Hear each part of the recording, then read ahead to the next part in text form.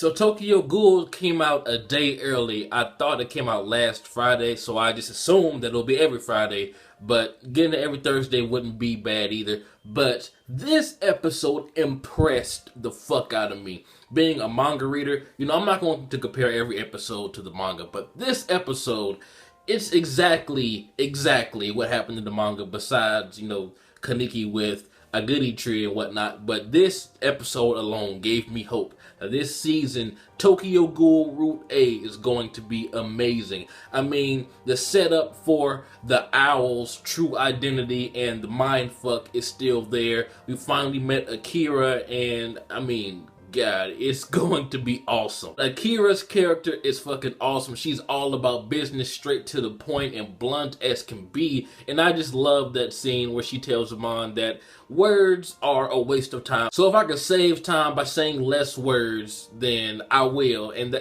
I just love that they added that in there. I totally forgot about that in the manga. It was hilarious then, and it's hilarious now. But one thing I was surprised in is they showed the twins, the one-eyed sisters around the end, even though we didn't get any names or anything. But still, I'm still kind of surprised they showed them so early. But I cannot wait to see what's going to happen with Kaneki and Aguri Tree. We know they're taking over a few wards, but I want to see it in action. I want to see Kaneki, Ayato, Ito, aka the mummy chick, and everyone else just actually take over the ward. We got this one scene where Kaneki was in this bloodied room, implying that he killed people.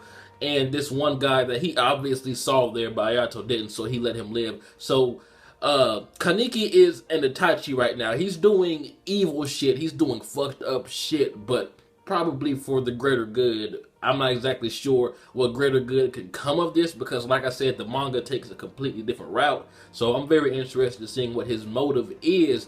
But just the fact that Kaneki just killed seemingly innocent people goes against everything that I've learned about Kaneki in the manga. But then again, this is not manga Kaneki, so I don't know what's going to become of this one, but he looks fucking badass, man. I love his new design, his battle armor, whatever the fuck you want to call it. He looks like he can whoop some ass. And that smile from Ito, though, through the bandages and everything, that was some creepy shit. And she finally took off her bandages, and all we got was a mouth. So tell me who you guys think Ito is. I just love how Toka is trying to stay busy and hang out with her friend to keep Kaneki off her mind, obviously. She's even going to try to attend the school where Kaneki, Hide, and Nishio attended. And speaking of Hideyoshi, this guy is in the CCG now.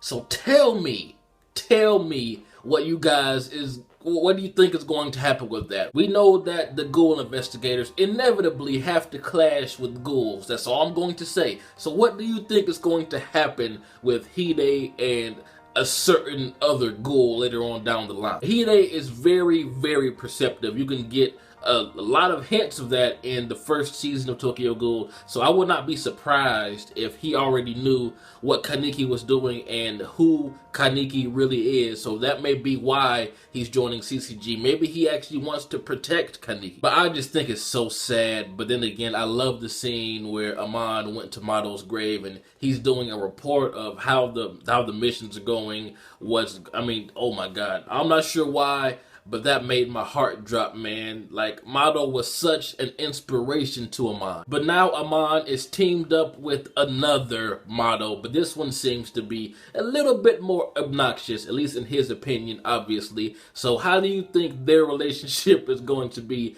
And Suzuya, I fucking love Suzuya. This dude is awesome. We start off with a flashback of Shinohara, Mado, and eventually Arima fighting the bigger version of the owl. So tell me what you guys think is going on with the shrinkage of the owl. And it's very interesting to see Arima get that spotlight at the beginning because he really wasn't mentioned and shown all that much in the anime so far, but we know, the manga readers, that he becomes like the main Ghoul investigator like later on. So I just think it's very interesting to see that they're putting an emphasis that, hey, okay, this guy is badass. You don't want to fuck with Arima so early on, and we haven't even reached the point of where he shines yet. But the scene at the end showing what Kaneki's up to and showing what Toka's up to, I just loved it. Where Kaneki was running with the rest of Agadi Tree, it gave me chills, man. I cannot wait to see exactly what fuckery they're about to get into in the scene where Toka and everyone else in Teki was having a good time. Uta even made Hinami a bird mask. It was really cute. But Toka is smiling, everyone's there, but you can tell that one special person is missing. Like, she is obviously still thinking about Kaneki, even though everyone's having a good time. She's looking out the window, thinking about that just delicious, badass Kaneki D. But like I said, this episode single-handedly gave me hope that this season is going to just exceed expectations, because the plot points and the plot twists are still there, obviously, based on the setup and the introductions in this episode. But, you know, some things are bound to be different because of Kaneki's different choice or different route or whatever.